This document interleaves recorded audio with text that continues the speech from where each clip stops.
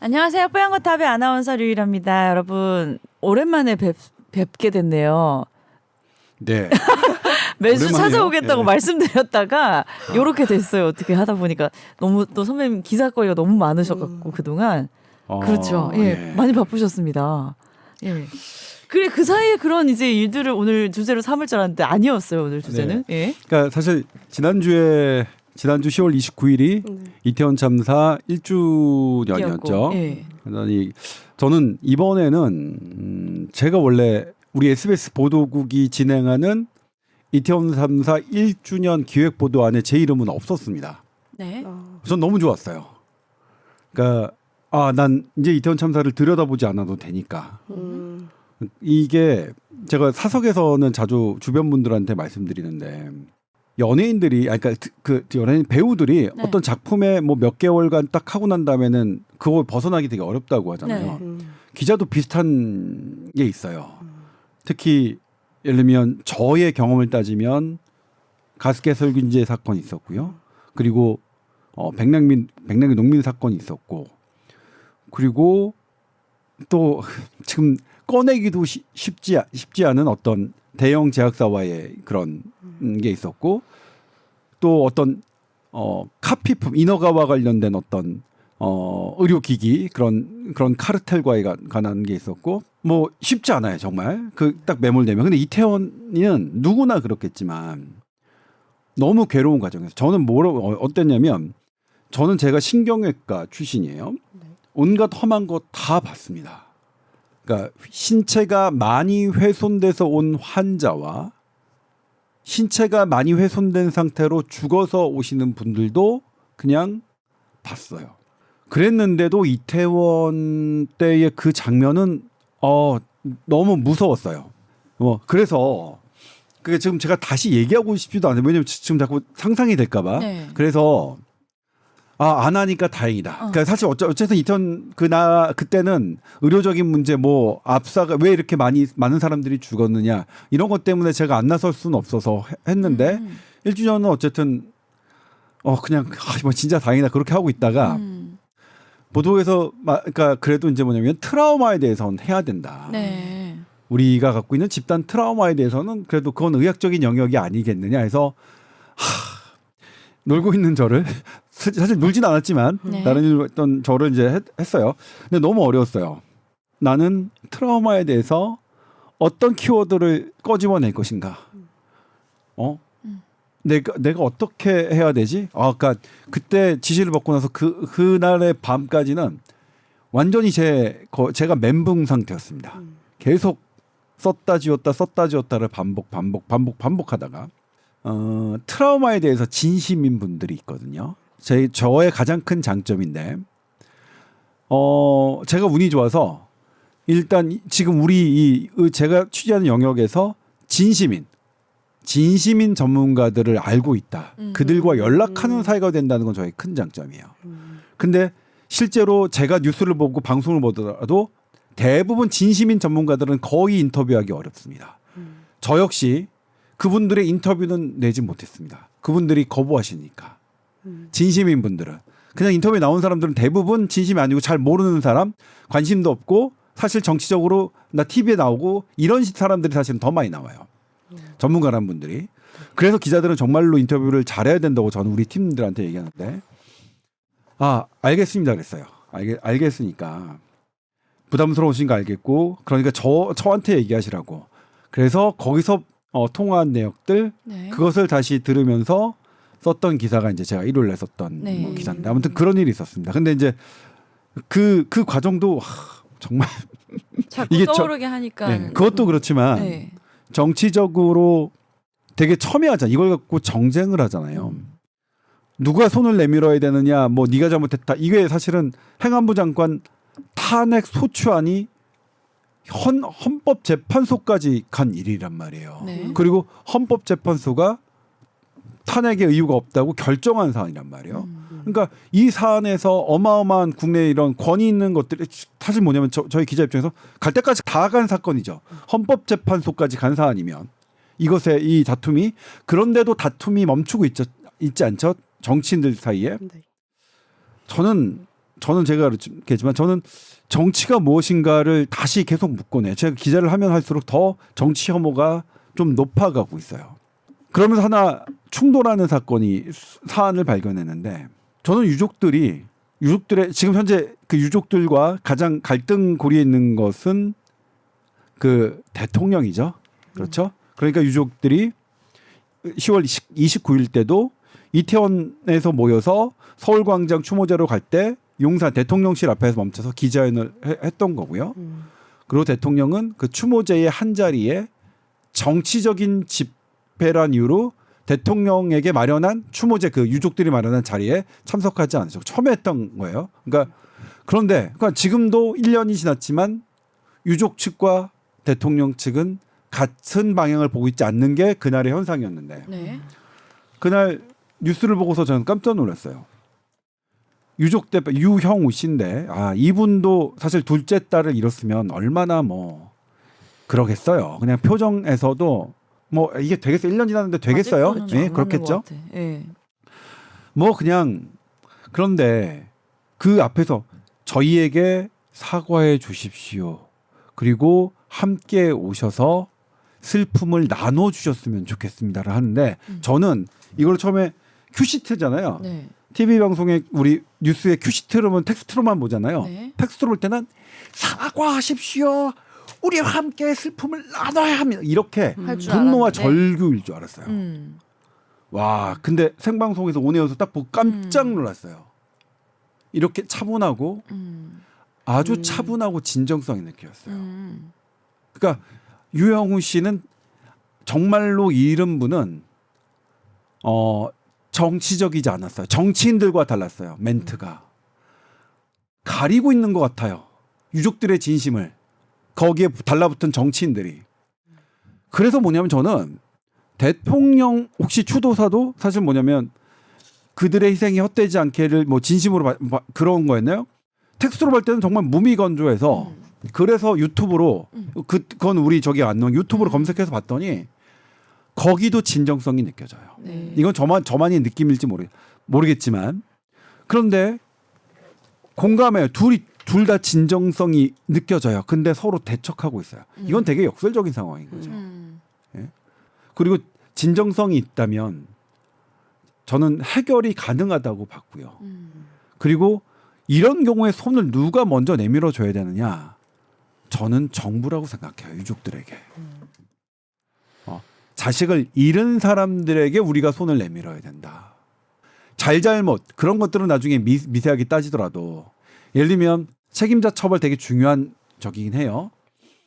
그런데 2021년 휴스턴 콘서트에서 10명이 쏠림 형사고로 압사 사고를 당했습니다. 그리고 2011년에는 노르웨이 한 섬에서 저기 범인이 폭탄 터트려가 정부 청사에 폭탄 터트려서 8명 사망했고 그다음에 청소년 캠프에 가서 뭐 거의 뭐 그 인간 사냥하듯이 해서 총 77명 죽은 사건이 있었거든요. 노르웨이에 있어서는 2차 대전 이후 가장 큰 참사였습니다. 학생들이 그렇게 68명이나 죽었으니까 관계된 사람들이.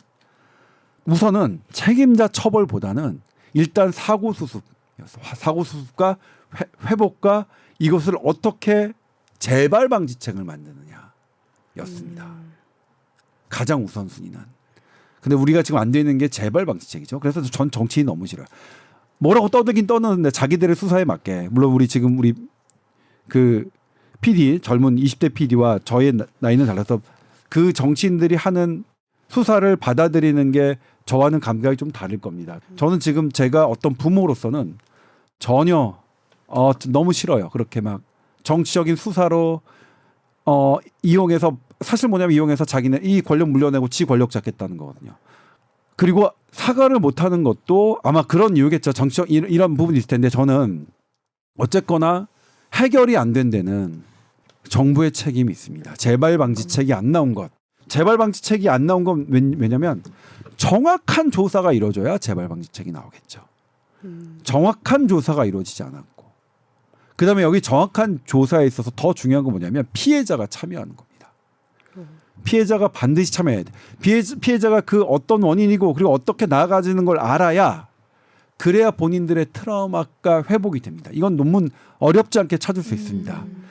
제가 세월호 때도 이거를 보도했는데 세월호 때부터 이미 과거에 뭐 쓰나미, 학교 지진 이런 걸로 그런 참사의 트라우마의 피해자가 직접 사고 원인을 조사하고 해결 방안을 찾는 과정에 참여하는 게 얼마나 나은가는 이미 되어 있습니다.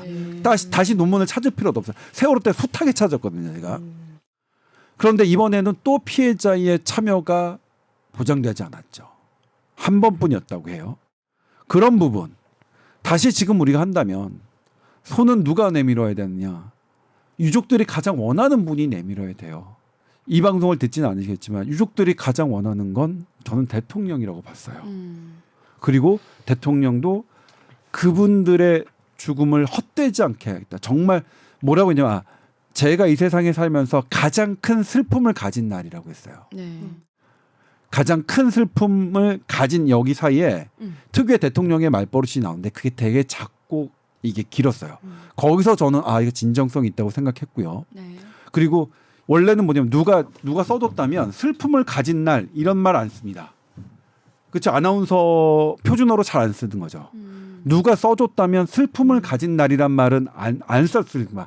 오늘은 제 인생에서 가장 슬펐던 날입니다. 지난해 오늘은 그렇게 쓰지. 슬픔을 가진 날은 일반적으로 널리 쓰는 말이 안 맞는 맞춤법이고 본인의 언어 습관이라고 생각해요. 누가 써준 건 아니라고 생각해요. 그냥 말로 나온 말이다. 그렇죠. 그러니까 이 부분은 본인의 해서 했던 그러니까 유족이 가장 원하는 대통령도 제가 보기엔 진심이고 이 진심인 두 마음은 있는데 왜 이분들이 서로 자리를 비워두고 서로 딴 곳에 있을까?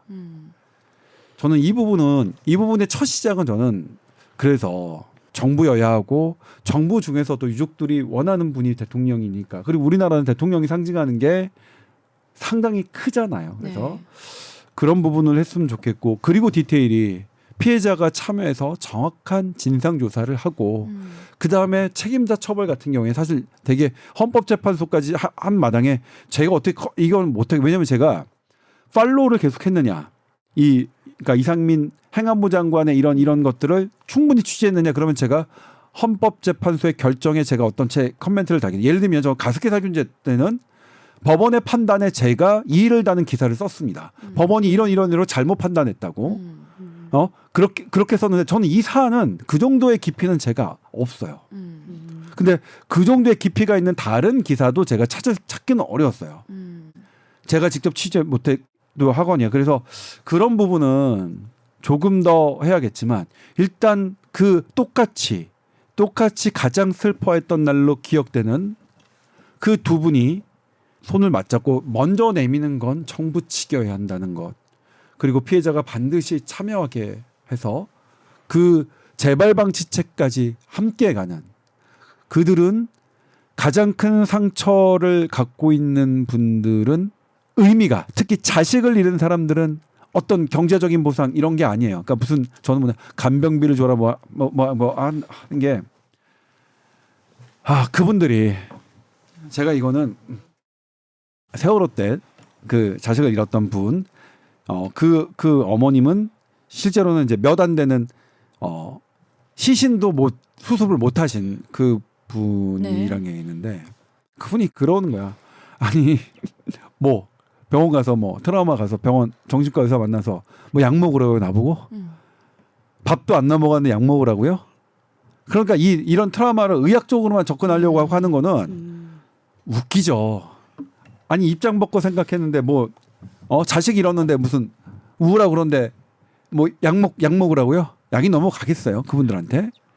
의미를 그 자식이 가졌던 희생됐던 그 의미가 세상에 이 펼쳐 나가는 그게 보여야 그래도 살겠죠 그분들이. 내 자식의 죽음이 헛되진 않았구나. 내 자식이 죽은 다음에 그 다음 젊은이들이 이렇게 안전해졌네.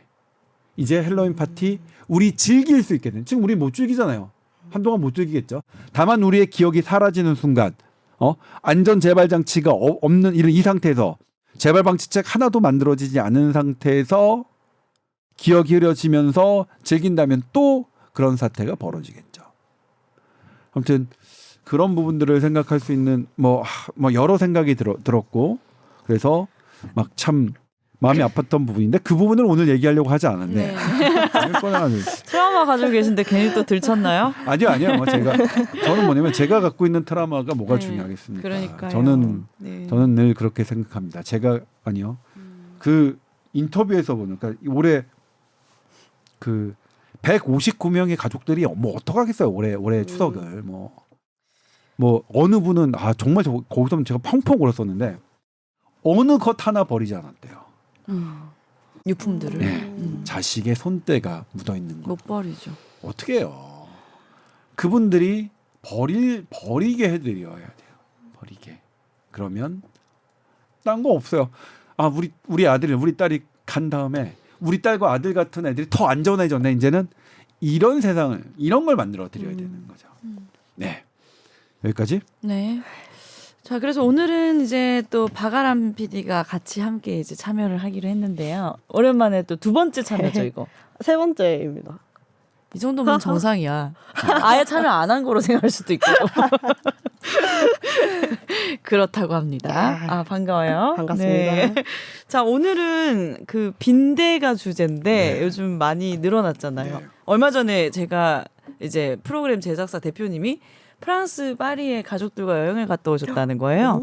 뭐 어땠어요? 재밌었어요? 이렇게 물어봤는데 뭐 너무 좋았는데 날씨가 뭐 오락가락해서 비가 왔다가 뭐 우산을 썼다가 개었다가 이랬다 그렇게 말씀하시길래 아니 프랑스 빈대도요? 이랬어요 제가. 나는 의도가 프랑스 빈대도 왜 이거 힘들어요? 맞아도 난 좋겠구만 이런 말로 했는데 제작사 대표님이 다행히 빈대는 없었어. 이렇게 받아주신 거예요. 그래서 그래 요즘 빈대 얘기가 유럽에도 엄청나게 많이 나오고 우리나라도 그렇고 아니 지금 현재 전 세계에서 가장 핫한 빈대 국가가 바로 프랑스예요. 그러니까 이렇게 대화가 흘러가더라고요. 그래서 오늘 또 이슈가 하필 이제 빈대 얘기를 하게 돼서 참 흥미롭습니다. 예. 우리나라는 원래 빈대 뭐 제가 자라나는 가정 중에서는 그렇게 막 출몰한 기억이 잘 없는데 요즘 많이 늘어났어요? 일단 요즘 많이 늘어났느냐? 그러니까 빈대는 1mm에서 한 7mm 정도 되는 곤충이죠. 이렇게 보면. 네. 근데 본 적 없어요, 그죠? 네, 저도 그게 본 빈대에 적 관한 속담이 있더라고요. 그러니까 빈대떡은 아니더라고요. 그리고 빈대떡의 어원했더니 빈대는 그 빈대는 아니고 빈대떡의 어원은 아직도 세 가지 정도로 추정하더라고요. 이런 얘기 그러니까 아닐까? 중국의 무슨 이 비슷한 이런 거에 뭐 중국 발음으로 넘어왔다는 것. 그 설이 가장 유력하고 그다음에 그게 뭐 가난할 빈에 무슨 뭐더라 뭐 이렇게 해가지고 하는데 아무튼 이 빈대하고 상관없고 네. 빈대 잡다가 초가 삼간을 태운다. 들어갔어요. 이건 진짜 저는 그때도 빈대가 뭔지 몰랐어요. 근데 빈대 잡다가 초가 삼간을 태운다는 말은 과학적이에요. 초가 삼간을 태워야만 빈대를 다 잡을 수 있어요. 잡기가 어렵구나. 와 그런 거예요. 진짜 빈대를 잡으려면 속담들은 다 있는 얘기잖아요. 빈대를 잡으려면 초가 삼간을 태우지 않고는 빈대를 잡을 수 없다는 얘기예요. 와. 그다음에 빈대 붓다 있잖아요. 빈대 붓다는 흔히 쓰는 말인데 표준어로 등록돼 있지는 않대요. 네. 빈대 붓다는 건 뭐냐면 이 빈대 특징이 숨어 있다가 밤에만 나와서 피 빨고 다시 도망가요. 숨어 있다. 얍삽하는 거야. 빈대 부는 거야, 그러니까. 그러니까 우리가 빈대 붓다는 어떤 사람인지 알잖아. 어떤 사람이 빈대 붓다? 완전 그냥 붙어가지고 이 사람이 이렇게 좋은 거 막 이렇게 쏙쏙 그렇지, 쏙쏙 빼먹는 그렇지. 그 유일 아나운서와 저 중에 둘 중에 누가 더 빈대 붓는 거에 가까워요? 네? 1번이야, 2번이야. 3번으로 하겠습니다. 3번? 3번이 뭔데요? 유일아가 압도적으로 붓다. 3번이 1번 유일아, 2번 조동찬, 3번은 유일아 압도적인데요. 시작부터 공격 들어오신다 이거죠? 그러니까 이 빈대 붓다도 그 빈대인 거야. 그리고 빈대의 습성을 우리 조상님들이 정확하게 아셔서 자식 왔다가 지편할 때 우리 작을 때 지편할 때 쪽 빨아놓고 딱 갑지도 않고 간 놈이야. 그러니까 빈대 붓다. 와, 속담은 과학이다. 근데 이제 빈대는 근데 대신에 이놈이 그 질병은 매개하지 않아. 예를 들면 모기는 뇌염도하고 그렇죠. 말라리아도 하잖아요. 근데 이놈은 안 해. 전염병을 옮기는 게 없어요. 그러니까 옮길 만도 한데 피 빨아먹으니까 유일아 씨 피 빨아먹고 내 피를 빨아먹으면 내가 감염병이 그렇죠. 걸릴 위험이 높을 만도 하잖아요. 뭐 근데 작다고 안 그런 그런 건 거야. 아니잖아요, 그죠? 그렇죠. 그러니까 얘가 아마 그 안에서 피를 흡혈한 다음에 그 안에서 아마 바이러스나 세균들이 자체적으로 죽겠죠. 오. 하면서 그러니까 흡입하고 그것들이 안 남겠죠. 모기나 이런 그 질병 매개 곤충들은 그런 걸 못 하는 거겠고. 네. 그러니까 그건 좀 다행이에요. 그래서 뭐냐면 외국의 이제 기자들이 하는 걸 보면 빈대 일부러 물려요. 물린 다음에 하면서 빈대는 하지만 질병 안 옮겨요. 이런 거거든요. 안전하니까 해보는 안전하니까. 거네. 예. 근데 이게 이제 프랑스에서 되게 많아진 거예요. 근데 이제 막 이거부터 얘기했다. 근데 네. 빈대가 얼마나 늘었느냐? 네. 얘가 병을 매개를 안 하니까 얘는 우리 감시 체계 밖에 있어. 프랑스도 그렇고 우리도 그렇고 얘는 아무도 이렇게 보고를 안 받아도 뭐 빈대 뭐 집에 안 옮기는데 이거야. 그러니까 지금 딱히 냅뒀더니 신경을 안 써. 우리가 얼마나 빈대가 늘었는지 몰라. 보고받는 체계가 없어. 어머. 우리는 빈대 보고 체계가 없어요. 그래서 프랑스도 빈대 보고 체계가 없어요. 네. 그러니까 프랑스도 사람들이 다 빈대가 있고 막 방역 업체들은 바쁜데 정부는 몰라. 어이 통계가 뭐야 안 돼 통계 안 있어. 돼. 네. 그렇다고 빈대 보고 체계 만들어? 우리 그 정도로 심각해? 왜냐하면 지금 빈대 때문에 심각한 사람은 없거든요. 그러니까 죽은 사람은 없어요. 빈대 때문에. 다행이네. 우리나라도 마찬가지로. 근데 많이 늘어나니까 좀 짜증은 나잖아요. 빈대가 뭐야? 근데 아무튼 그랬는데 프랑스에서도 학교마다 이렇게 막고 막 그랬어요. 거기는 마르세유엔 학교에서는 저기 있어요. 막 휴교령까지 내렸어요. 빈대 때문에. 근데 이 빈대가 애들은 좋아했겠다. 빈대가 뭐냐면 예. 영어 이름이 BED 침대버기야. 침대벌레. 배드버그. 침대에 뭐냐면 침대는 매트리스와 나무가 있죠. 네. 이 매트리스야. 매트리스 같은 천 같은 걸 좋아해요. 쭉 나왔다가 물고 그쪽에서 딱 해요. 그렇게. 그런데 이제 매트리스를 좋아하니까 그 침대에서 이불 이런 데 있겠죠. 그다음에 또 매트리스 그런 비슷한 게 있어요. 여행용 가방. 천으로 된. 그러니까 거기에 있어서 많이 붙어가지고 국외로 간 거야. 아. 지금 빈대가 우리나라에 들어온 정확한 경위는 아무도 모르지만 왜냐면 빈대한테 물어봤겠죠. 네. 뭐냐? 영어하냐? 불어하냐? 물어보는데 빈대는 이제 사실 잘 티가 안 나는 거야. 프랑스에 왔는지 뭔지 원래 살던 놈인지. 초파생만 태웠으니까 한국 놈도 있었겠지. 그것도 구분이 안 가. 너 우리 조선 놈이야? 말을 해야 얘가 조선 놈인지 모르는지 알지. 네. 이리 와 뭐 해도 안 돼. 근데 그래도 우리나라에서 빈대가 늘어날 특별한 이유는 없었으니까 이건 아마도 외국에서 온 것 같다. 빈대는 원래 위생 상태가 안 좋은 나라들에서 많이 생기는 건데 네. 어쨌든 그런 나라들이 그러니까 프랑스는 왜 그러냐? 프랑스는 코로나 끝나고 관광객이 어마어마하게 늘었거든요. 파리가. 그러니까 거기에는 약간 위생 상태가 안 좋은 국가의 사람들도 일부 있었겠고 네. 거기서 온 게 아닌가라고 프랑스도 추정을 해요. 왜냐하면 프랑스의 빈대들도 대답을 안 한 거야. 어디서 왔는지. 입을 네. 다물었고. 그렇지. 입을 다물었어요. 그래서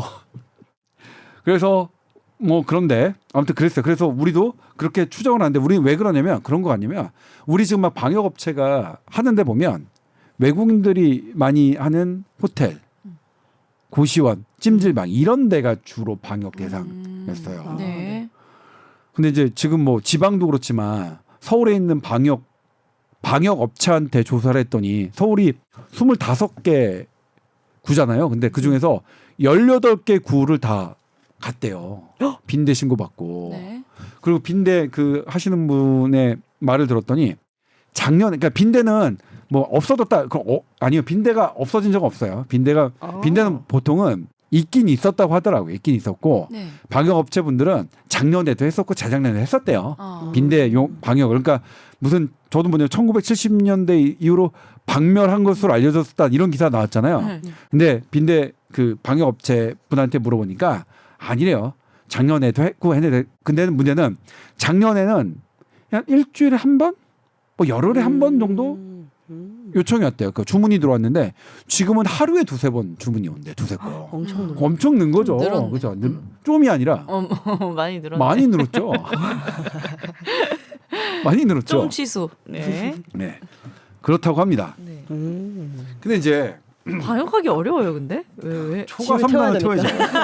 내가 방역하기 어렵다는 거를 물어봤어요. 네. 기자가 이제 봤더니 이런 이제 하려면 이제 어쨌든 60도 이상이면 뜨겁게 해서 해야겠죠. 막 소독해요. 그다음에 화학제 약해요. 아마 침구류나 이런 천 패브릭을 이제 이렇게 네. 하나 보죠. 네. 거기에 이제 무슨 계열이 있는데 우리 그 계열이 그냥 쉽게 생각하면 여행용 캠핑용 기피제 있잖아요. 곤충 기피제. 네. 그게 그 성분이라고 보니까 우리나라에서 파는 거. 그거에 빈대가 죽어요. 근데 빈대가 죽는다고 우리가 한다고 안심하지 말 것. 왜요? 그분들이 네. 온 집을 다 매트리스 해가지고 전부 다 하잖아요. 하더라도 한 열흘 있으면 또 나타나고. 어떻게 그럴 수 있을까? 날파리 빈대가. 같다, 되게. 예, 빈대가. 그러니까 빈대가 막 이렇게 이럴 때는 잘 되는 사람은 분명히 이유가 있는 거예요. 그냥 괜히 운 좋아서 잘 되는 사람은 없어. 돈을 많이 벌었다 어떤 사람이 이유가 있어요. 사기친 게 아니면, 그러니까 사기를 쳐서 돈 많이 버는 사람도 있어요. 그건 잘 된 건 아니죠. 어쨌든 사기친 거 이유. 그렇지 않고 사기를 치는 것 아닌 걸로 돈을 많이 버는 사람들은 분명히 있어. 노하우가 있는 거예요. 많이 생존하는 것 빈대가 이유가 있는 거야. 생존력이 강한 거지. 개체수가 많다는 거냐. 그게 빈대로선 최대 장점이겠죠. 잘 안 죽고 잘 숨고 꼼꼼 숨고 이런 것들. 그러니까 3번 정도 방역업체 같은 경우에는 보통 3번 정도 해야 다시 안 나타나는 것 같다고 얘기해요. 어렵다는 거죠. 그러니까 쉽지 않은 거죠. 그러니까 지금으로서는 뭐 한다면 우리가 이거 기피제 이렇게 뿌리고 뭐 이런 것도 있겠지만 제가 봐서는 이건 방역업체 부르는 수밖에 없겠죠. 빈대가 나타난다면. 그리고 빈대가 감염병 매개는 안 하지만 근데 빈대에 물린 사람을 보면 네. 끔찍해요. 일단 이제 두드러기처럼 뭐가 빨갛게 나요. 딱 보면 엄청 가려울 것 같아요. 빈대에 물린 사람들 엄청 가렵대요. 그러니까. 근데 질병관리청이 그 보도 자료에서 제시한 사진을 보니까 온 몸이 이렇게 잔뜩 이게 물려 있어 그랬고 저는 뭐야 이건 피부병이지 이게 빈대에 물린 거야. 장난해? 그랬더니 모기는 물려봤자 한 3-4마리. 우리는 한 3-4마리 정도 보잖아요. 근데 5-6마리 정도가 이제 공격을 한다면 빈대는 30에서 50마리 정도가 한꺼번에 공격을 합니다. 징그러. 그리고 한 마리가 최대 문화? 90번까지 물려.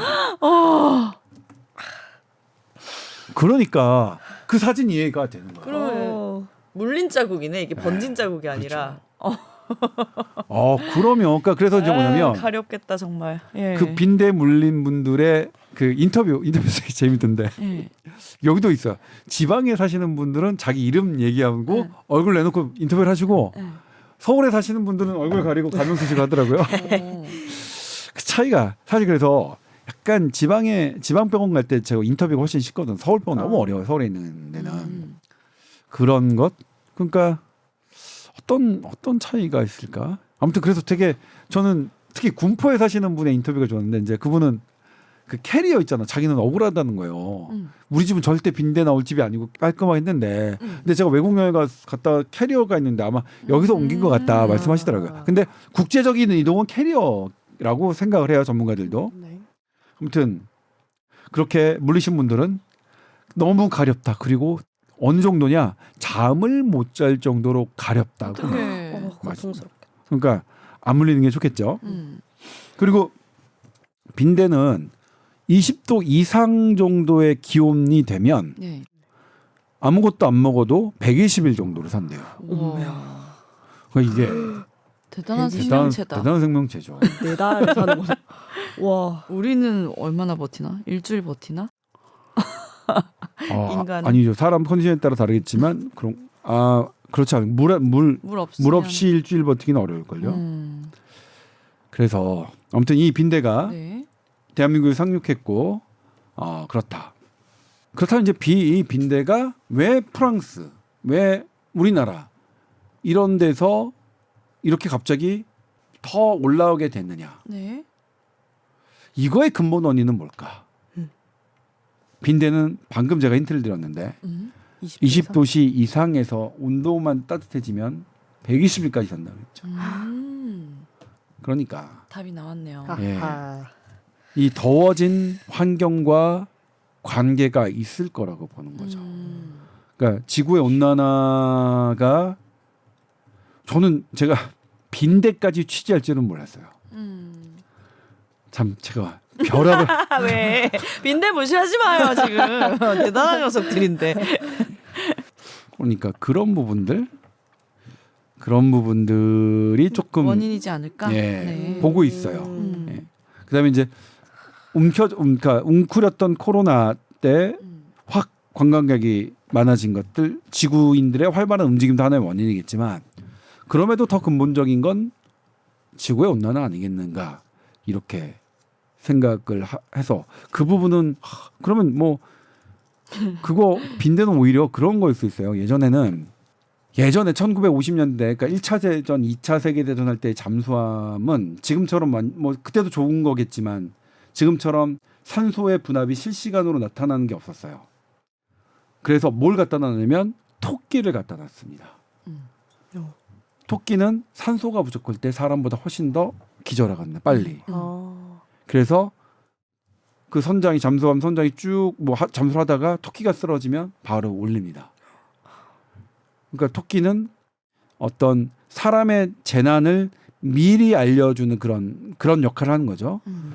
그럼 빈대도 그런 역할의 어떤 온난화로 인한 지구 재앙에 대한 어떤 미리 알려주는 그런 거의 하나일 수도 있겠다는 생각이 좀 들었어요. 무서운데요 그렇게 빈대. 해석하면. 아니 근데 저는 저희가 옛날에 온난화 논란 많았잖아요. 네. 이거 진짜 아니다 뭐다 그랬는데 그게 그냥 아예 제 눈으로 직관적으로 확인한 게 제가 그 몽블랑의 어떤 빙하를 보는 데가 있어요. 그 이름 까먹었다. 그 샤몬이라는 지역에서 기차를 타고 한정원에 올라가면 빙하 탐사 볼 수 있는 데가 있어요. 근데 거기를 가면 깜짝 놀란 게 1989년도의 빙하의 높이, 수위. 1950년, 70년, 그렇지. 80년, 2000년 이렇게. 온난화 맞다. 맞아요. 빙하 어마어마하게 녹고 있고 그다음에 최근 들어서 더 빨리 녹고 있어. 저는 온난화지. 요즘도 느끼는 게 지금 11월 11월이잖아요. 맞아요. 너무 더워. 오늘 24도까지. 이거 얇은 거 입었어. 근데 저 어릴 때 기억이 추석 때 분명히 저희 아빠 고향이 안동이셔서 경북이어가지고 더 산간 지역에서 추웠던 건 있었던 것 같은데 그래도 정말 패딩 같은 거 잠바 입고 갔었어요. 네, 그렇죠. 근데 요즘은 추석 무조건 여름이잖아요. 맞아요. 그 계절이 제 기억이 정확하거든요. 이거 틀린 기억이 아닌데 온난화 맞는 것 같아요. 네. 그러니까 뭐 너무나 많이 알려진 이런 뭐 탄소 배출 문제 이런 게 있겠지만, 그러니까 제가 어떤 이유가 있겠지는 제가 이제 사실 머릿속에 점프하면 점프된 상태로 말을 안 했다는 것을 까먹고 네. 머릿속에 점프된 걸 바로 얘기하면 다른 사람들은 이해를 못하는 그런 경우가 좀 잦아요. 제가. 저는 다 이해하죠. 저희 머리 뭐 비슷하잖아요. 저는 그러니까 이거 뭐냐면 이것도 사실은 약간 ADHD의 증세이긴 해요. 성인형. 그러니까 저는 뭐 성인이 아니고 어쨌든 뭐 주의력 결핍, 과잉행동 장애 뭐 이런 캐릭이긴 해요. 죄송하다는. 그러니까 제가 그 말씀 이걸 해결 못하는 여러 이유가 있겠죠. 온난화가 진짜 이렇게 눈에 보이고 완전히 빈대도 나타나고 빈대만 나타나나요? 지금 뭐 송충이, 이상 나방 이런 것들도 과거에는 우리가 볼 수 없었던 이런 그러니까 온난화를 알리는 이런 이상 생물들이 확 증가하고 있고 수면 높아지고 있고 그리고 동해에 사시는 분들 있잖아요. 이 파도가 깎여 나가서 모래사장이 깎여 나가는 거. 동해 저는 그때 그 인터뷰 보면서 그래서 할머니가 인터뷰를 하시는데 제가 50년 살면서 이런 건 처음 봐요 그랬어요. 그러니까 동해에 사시는 분이 50년 동안 넘게 사시면서 처음 보는 여러 이상 증세들이 나타나고 있는데 근데 그렇잖아요. 우리 뭐 그런 거 있잖아요. 뭐 어떤 결정적인 재난 앞에서는 뭐 300 몇 가지인가에 뭐가 있고 그런 거잖아요. 그런 수백 가지의 그런 위험 신호가 나온 다음에는 대형 참사거든요. 그다음에는 그래서 이 문제는 온난화는 더는 미룰 수 없는 그래서 우리가 좀 해야 되는 톡 까놓고 얘기하면 저랑 유일아 씨랑은 뭐 그거 실천하는 게 되겠어요? 없죠. 아니 실천하는 게 그러니까 별 문제 되겠어요? 그냥 그러다가 하겠죠. 아. 사실은 근데 아란 너 세대와 너 밑에 세대들은 한 거야. 그러니까 네, 나 얘네들을 장수할 거예요. 얘네들을 위해서 60살까지. 얘네들을 위해서 사실 그러니까 우리의 자식들을 위해서 생각해야 될 문제인데 참 이 어른들이 자기 자식은 이뻐하면서 세상의 자식들은 잘 안 이뻐하는 것 같아요. 이뻐해 주세요. 아니 저는 그것도 그렇거든요. 의대 정원도 네.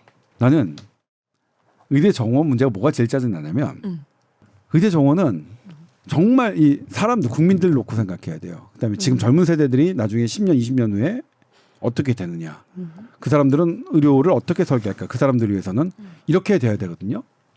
그러면 먼저 뭐가 제일 부족하지? 지금 우리의 지금 의료 서비스에서 제일 부족한 게 뭐지? 지금 막 필수 의료 뭐 했지만 그 필수 의료에서 뭐가 제일 부족하지? 일단 그거부터 있어야겠죠. 그다음에 오케이. 부족한 건 대충 이쯤에서 있죠. 그다음에 우리가 하려면 어느 걸 해야 되지?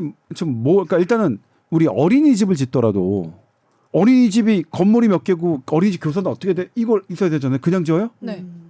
그냥 짓는 게 그게 저게 당연히 특히 의대 교과 과정은 훨씬 더 교수님이 많이 필요한데 그렇죠. 그런 거 조사해야 되잖아요. 그리고 나서 좋아. 그럼 돈은 얼마 들까? 이렇게 되면 해야 되잖아요. 거기 또 하나가 뭐냐면 다른 나라의 고민들을 보니까 어떤 의사, 그러니까 전문의를 늘리냐, 비전문의를 늘리냐. 이것도 고민을 했어요. 다른 나라는. 근데 전문의를 늘리는 거는 별로였더라고요. 일단 환자들이 제일 그러니까 1차적으로 할 수 있는 빨리빨리 접근할 수 있는 전문의가 아닌 그러니까 프라이머리 의사를 늘리는 게 더 낫다라고 돼 있더라고요. 그러니까 그런 부분까지도 다 고민해서 해야 되는 문제인데 그리고 비용이 들어가니까 비용을 어떤 식으로 할 것인가. 근데 이거는 아무 준비도 안 돼 있는데 사실 지금 의대 설립하겠다고 하는 대학들 있잖아요. 요관 대학들 준비 하나도 안 돼 있어요. 교수님들 하나도 없어요. 강실도 없고. 어떻게 하려고? 그러니까 그러면 아니 나는 묻고 싶어요. 우리 그냥 대충 의대 세워서 혼자 독학해가지고 독학해서 그러니까 거의 막 시험 공부하듯이 해가지고 그렇게 의사 면허 딴 사람들 그러니까 머리 좋은 애들이 들어오면 그렇긴 해요. 예전에 모 의대가 그랬죠. 지금 폐교된 1995년에 세워졌다가 2018년도에 부실 평가를 받아가지고 폐교된 어째 서남의대가 있었죠. 거기서 교수님 없을 때 애들 그래도 국시는 다 통과해요. 네. 뭐 했냐고 물어보면 실습 안 하고 네. 다 그냥 했대요. 공부했대요. 주로. 그러니까 뭐냐면 해부학, 생리학, 생화학을 그렇게 권위 있고 해주시는 교수님들한테 배우고 내과 실습 돌고 산부인과 실습 돌고 이렇게 다 정상적인 풍부한 환자와 그것에 관련된 지식, 기초 지식을 배운 의대생하고 그냥 시험만 보는 준비 안 된 이런 거하고 아라이는 너 부모님 어느 의사한테 모시고 갈래? 아 당연히 경험이 많은. 그러니까 우리 진짜 돌팔이한테 네. 하고 싶어요? 환자를? 아, 우리는 뭐냐면 돌팔이 의사가 늘어나는 걸 원해요? 위험하죠.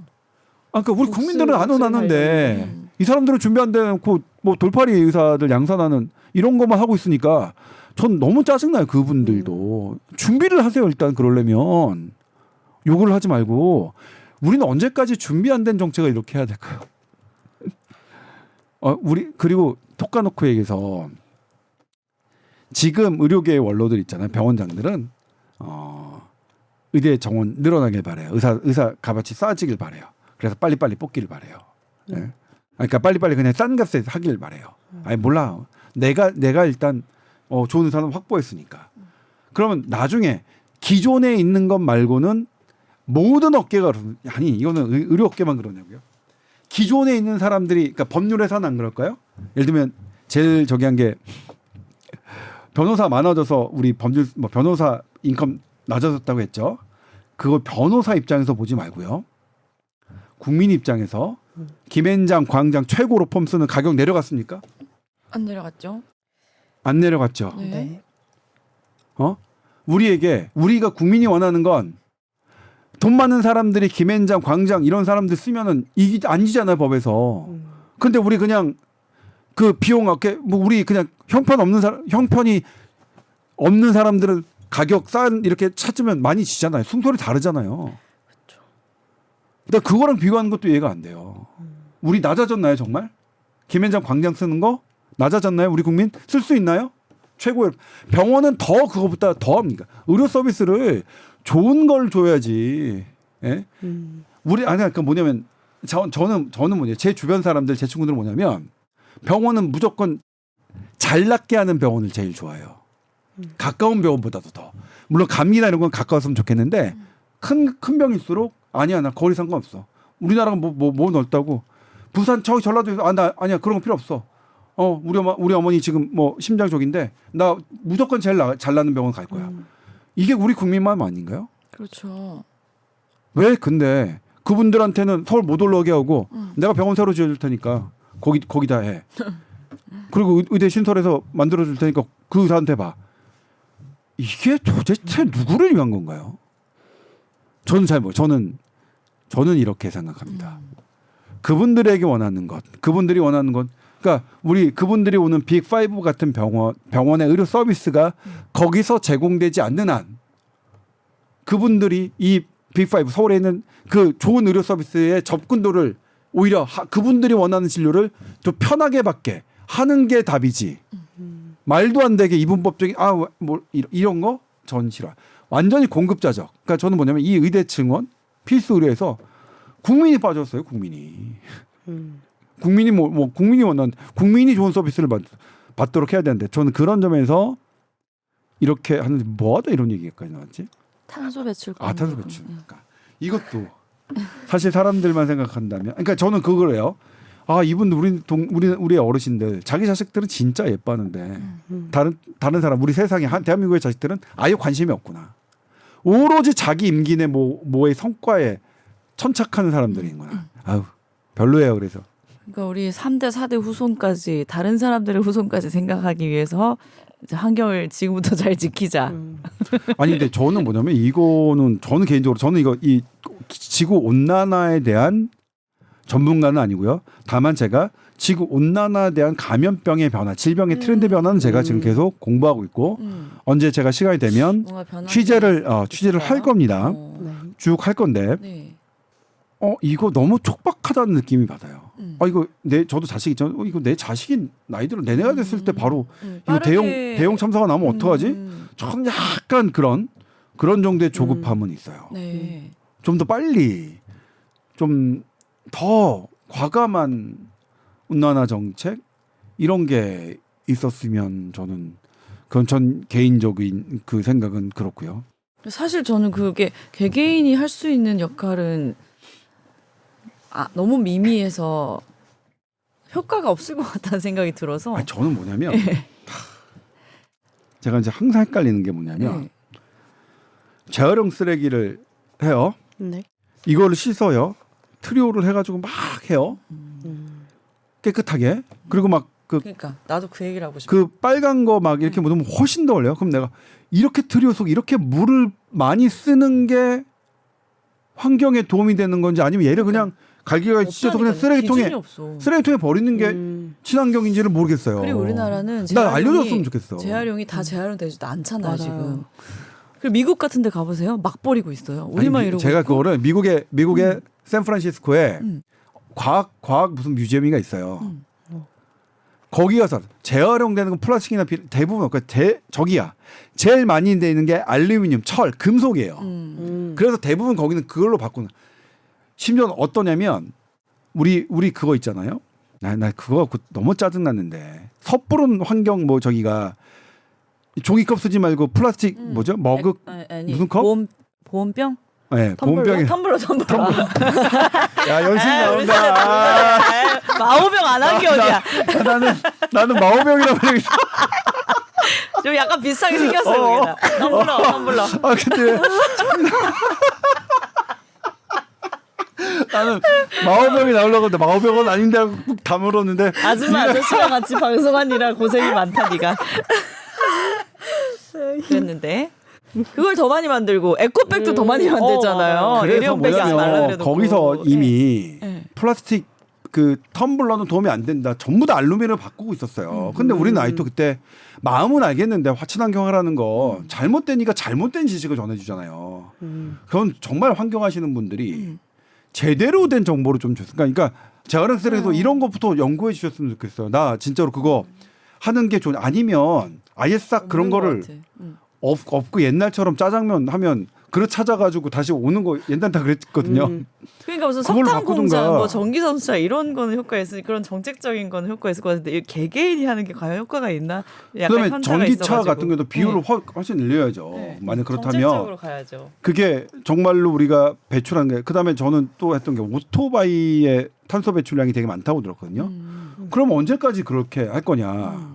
오토바이도 그러면 그러니까 예를 들면 배달하시는, 그러니까 유흥을 중심으로 타시는 분들이야 우리가 정부가 보조할 수 없겠지만, 아니 생업으로 오토바이를 타시는 분들이 온난화를 가중화시킨다. 그럼 그걸 도와드려야죠 우리가. 그러면 세금으로 그런 거 탄소 배출 없는 친환경 오토바이로 다 배달하시는, 생업에 종사하시는 분들은, 유용한 사람들은 아예 크게 그냥 저기 하고 그런 것들을 좀 더 해줬으면 좋겠고, 특히 내가 일상생활에서 어떻게 하는 게 친환경인지 좀 제대로 했으면 좋겠어요. 제대로. 그러게요. 네? 제가 그때 정말 제가 어땠냐면 그 샌프란시스코 거기 가서 그 설명을 듣는데, 그래서 플라스틱은 답이 아니다. 오히려 이거는 종이 빨대도 마찬가지예요. 종이 빨대로 어. 하려고 그랬어요. 전혀 대체가 되지 않고 있는 거지. 그러니까요. 맞아요. 그러니까 우리가 지금 하고 싶으니까 하고 싶은 사람들 많잖아요. 그러니까 나 정말 헷갈리는 게 이거를 정말로 트리오를 해가지고 빡빡빡빡 닦아서 재활용 플라스틱으로 버리는 게 재활용 나는 게 나은지, 아니면 그냥 안 쓰고 그거를 잘 접어서 쓰레기로 버리는 게 나은 건지 그거 좀 알려주셨으면 좋겠어요. 네? 예를 들면 우리가 만약 줄여야 될 게, 우리 목표치가 얻으면 우리 국민들이 전기차 비율이 얼마나 돼야 되고 오토바이 비율이 뭐 저기는 얼마나 돼야 되고, 그러면 뭐 그렇게 돼야 우리 근데 현재 위치는 어떻게 된다. 그러면 야야야 안 되겠다. 이제 우리 너도 나도 전기차로 다 바꿔 뭐 하고 이런 게 생길 거 아니에요. 그러니까 그런 지구 온난화를 하기 위한 실질적인 우리 개개인의 대책, 이런 것들이 잘 좀, 우리 그런 거 있잖아요. 코로나 저기 하면 우리 마스크 써야 된다. 손 씻어야 된다. 근데 열나고 재채기 나면 집에 있어야 된다. 이런 것처럼 말이죠. 예. 좋네요. 저희가 한 2주간 방송을 쉬었다가 했는데 주제는 빈대로 잡아놓고 2주간 못했던 얘기 다 했던 것 같아요. 오늘 박아람 PD 함께 하셨는데 어떠셨나요? 네. 저야 뭐 항상 함께하는 게 너무 즐겁기 때문에 또 유용한 정보들 많이 얻어가는. 아니야 지금 내가 네? 박아람 제가 오늘 잘못했는데, 오늘은 이제 제가 오랜만에 하니까 이게 뭐 이렇게 할 얘기가 많았는데 이렇게 얘기를 많이 듣고 싶었는데, 예를 들면 근데 들을까 말까 고민했던 부분이 있어요. 대원 참사에 대해서 일주기에 대해서 어떻게 생각하나, 당신의 평가는. 근데 왜냐면 좀 너무 무거운 짐을 주는 것 같아서 아까 사실 살짝 망설였는데 지구 온난화 할 수 있잖아. 지금 자, 지구 온난화. 왜냐면 지금 조금 덜 심각해졌으니까. 어떻게 봐요? 뭐 지구 이태원 온난화요? 참사에 이태원 대한 참사 1주년 지금 우리 사회 어떻게 봐요? 저는 일단 저랑 어떻게 보면 나이대가 비슷하신 분들이 많잖아요. 그러니까 제 뭐 지인들 중에서도 그 자리에 있었다는 사람들도 있고, 그러다 보니까 뭔가 그게 더 진짜 피부로 와닿았었단 말이죠, 그 당시에. 그래가지고 근데 이번에 기자님 얘기를 들으면서 진짜 1년이 지났는데 그거에 관련돼서 어떤 정책이나 이런 게 나온 게 정말 없구나. 그냥 진짜 사람들끼리 스스로 조심해야 되는 거밖에 없구나. 지금까지 할 수 있는 게, 그런 생각이 많이 들었던 것 같아요. 안타깝네요. 위라 아나운서도 엄마로서 엄마로서는 좀 나 처녀 행세하고 다니는데. 그게 엄마 아니 근데 진짜 이제 왜 그런 기사들 보잖아요. 부모들이 이제 그 슬픔을 1년간 감당해내면서 어떻게 좋은 쪽으로 회복하려고 노력하시겠지만 그게 당연히 너무 안 되고 시간이 갈수록 더 힘들어질 거라는 저는 상상이 되는데, 그런 와중에도 딸 이름으로 기부하시는 부모님도 계셨고, 그렇죠. 좋은 마음으로 웃으면서 인터뷰하시는 분들도 계셨고 너무 대단하신 분들이 많으셨는데, 그 아픔을 저희가 조금이라도 함께 나눌 수 있었으면 좋겠고, 뭐 자기 이제 자식들의 죽음이 너무 억울하고 분통하고 시간이 갈수록 너무나도 막 힘든 쪽으로 이제 가지 않도록 저희가 함께 좀 더 시간이 지났다고 잊혀지면 안 되겠죠. 함께 더 들여다보면서 아픔을 나눠서 좀 잘 회복을 하실 수 있었으면 좋겠습니다. 네. 자, 지구온난화. 그러니까 난 궁금하단 말이야. 20대 당신들이 지구온난화에 대해서 어느 정도로 생각하고 있는지. 초등학교 때부터 계속 지구 온난화가 정말 심각하다. 이거 우리부터 막 행동을 하나씩 이렇게 고쳐 나가야 된다. 이 얘기를 계속 이렇게 듣다 보니까 근데 저는 나름 제 삶에서 잘 그런 걸 챙기고 있다고 생각하면서 살았는데 네. 근데 이게 갈수록 더 심해지고 있잖아요. 진짜 어떤 가이드라인이 없는 것 같아요. 맨날 막 종이 빨 때도 지구온난화를 좀 그게 도움이 되고자 만든 건데 그게 더 분해가 안 된다는 이런 얘기도 나오고 있고 진짜 확실한 게 뭐가 없잖아요.